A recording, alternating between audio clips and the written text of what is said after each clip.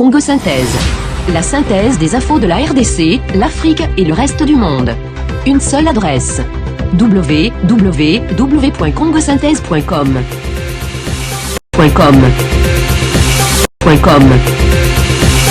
Congo Synthèse. Félix Tshisekedi, si je suis le candidat, je gagnerai. À Nairobi, la saisie de 4,6 tonnes d'or issues de la RDC. L'insécurité dans la partie est de la RDC au centre de la réunion interinstitutionnelle. Bonjour. Après la désignation de Shadary, comme dauphin de Joseph Kabila, et candidat du Front commun pour le Congo FCC en sigle, le tour revient à présent aux opposants de se trouver un candidat commun. Le 29 septembre sur le boulevard Triomphal, l'opposition congolaise a gagné son test de popularité en mobilisant plusieurs dizaines de milliers d'équinoises. Les regards sont à présent tournés vers les états-majors des partis et regroupements politiques. Comme les sociétaires du Front commun pour le Congo, FCC, les opposants sont appelés à désigner la personne qu'ils jugent la mieux, à même de défendre leur camp à la présidentielle de décembre prochain. La classe politique zaïro-congolaise en général, et les oppositions toutes générations confondues, souffrant du même mal qui s'appelle égo surdimensionné. À cause de cette maladie, tout le monde est candidat à tout. En raison de cette pathologie, tout le monde se rêve d'un destin national, même sans en avoir l'étoffe. Dans une interview accordée à BBC, Félix Tshisekedi a dit que, s'il est candidat, il gagnera les élections. Si je suis le candidat, je gagnerai. Mais si je me retire demain en faveur d'un autre candidat, en faveur du candidat commun, il aura autant de chances que moi de gagner. Je pense que nous avons assez de soutien dans tout le pays pour remporter la majorité, a-t-il poursuivi. Le leader de l'UDPS fera face à 6 autres leaders aspirant eux aussi à diriger la coalition des 7 principaux partis d'opposition, face aux candidats désignés par le président Joseph Kabila, Emmanuel Ramazani Shadary, pour l'élection présidentielle du 23 décembre prochain. Avec 21 candidats en lice pour cette élection à un seul tour, les coalitions sont essentielles pour obtenir la majorité des 40 millions d'électeurs.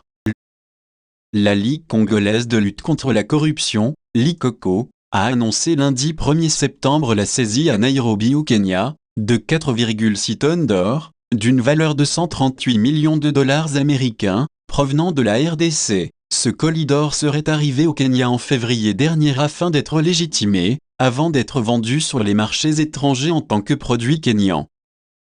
Malheureusement, ce processus a pris plus de temps que prévu, jusqu'à ce que la police kenyane tombe sur l'affaire, d'après Ernest Mpararo, coordonnateur de la LICOCO.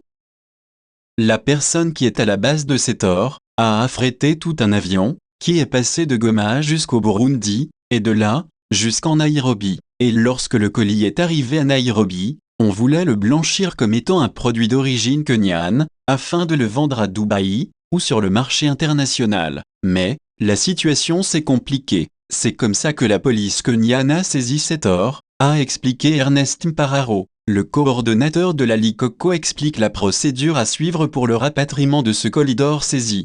La police kenyane a confisqué 4,6 tonnes d'or, qui équivaut à peu près à 138 millions de dollars. La personne qui est à la base de cela a affrété tout un avion qui est passé de Goma jusqu'au Burundi et de Burundi jusqu'à Nairobi. Et lorsque c'est arrivé à Nairobi, on voulait le blanchir comme étant un produit d'origine kenyane afin de le vendre à Dubaï ou sur le marché international. Mais la situation s'est compliquée, c'est comme ça que la police kenyane a saisi cet or-là. Qu'est-ce qu'on peut faire actuellement pour récupérer cette cargaison? Pour récupérer, effectivement, il faudrait que le ministère des Mines, en collaboration avec le ministère des Affaires étrangères et les autres services concernés, puissent se rendre à Nairobi pour effectivement savoir les auteurs de cette fraude et voir comment est-ce qu'on peut récupérer cet or et le rapatrier en RDC. Vous vous souvenez qu'en 2013 ou en 2014, il y avait encore 2,5 kilos d'or qui valait à ce moment-là à peu près 18 millions de dollars. Vous vous souvenez que le chef de l'État lui-même était parti pour négocier avec le chef de l'État du Kenya,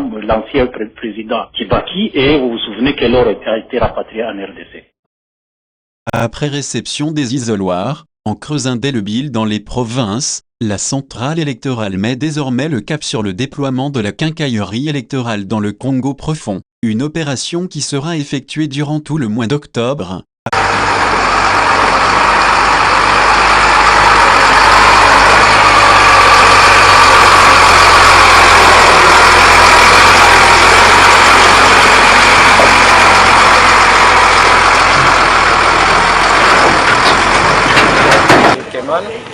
derrière nous, dans ces conteneurs, nous sommes en train de décharger les isoloirs qui seront utilisés dans les bureaux de vote le 23 décembre 2018. Nous avons un grand stock d'isoloirs qui sont dans les deux conteneurs.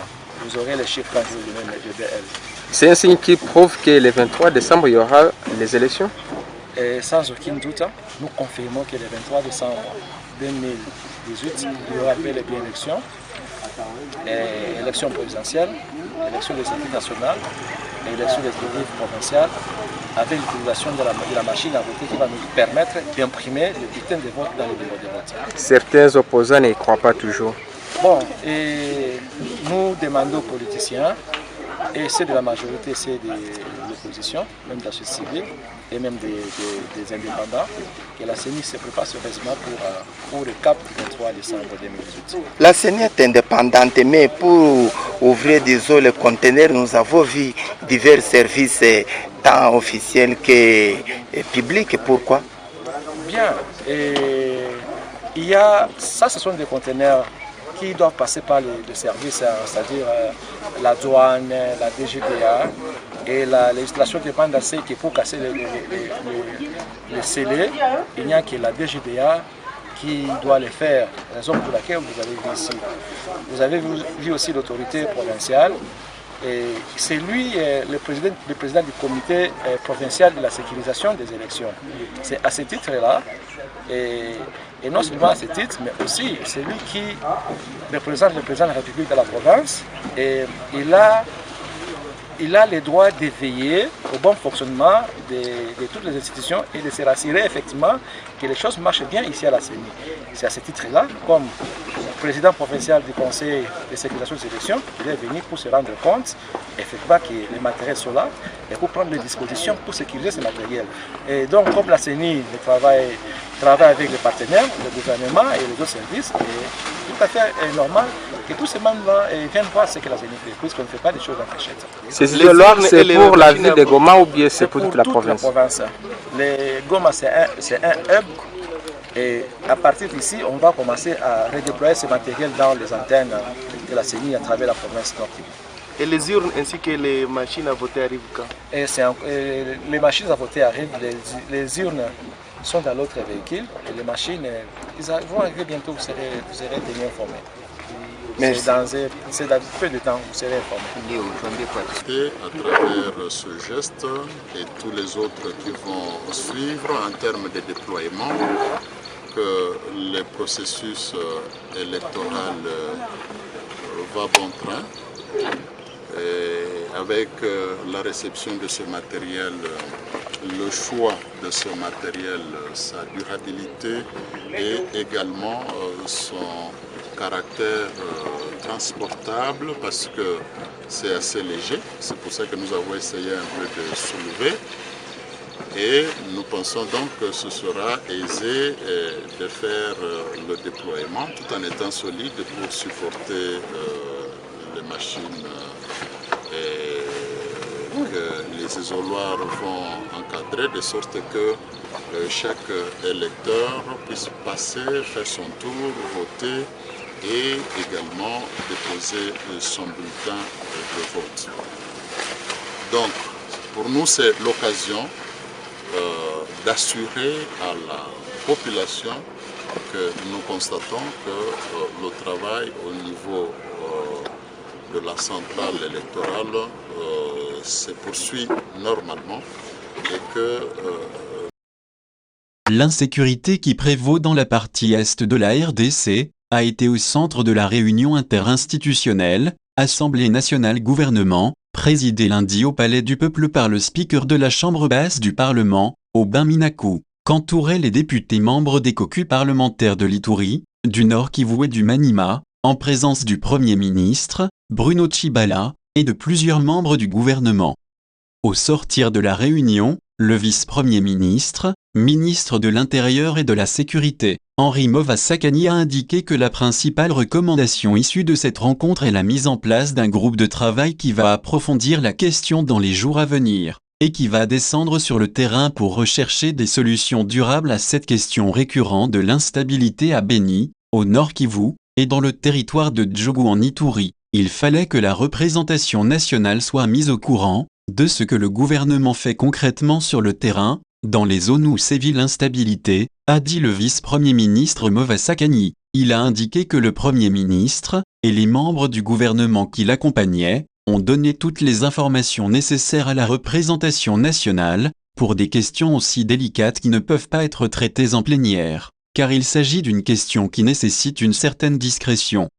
Le groupe de travail créé à l'issue de cette réunion va s'organiser comme il se doit pour bien faire son travail, signalant qu'il y a déjà des gens qui opèrent sur le terrain au quotidien, notamment le chef d'État, major général des forces armées de la RDC, qui est à pied d'œuvre à Beni depuis une semaine. Congo Synthèse. La synthèse des infos de la RDC, l'Afrique et le reste du monde. Une seule adresse. www.congosynthèse.com.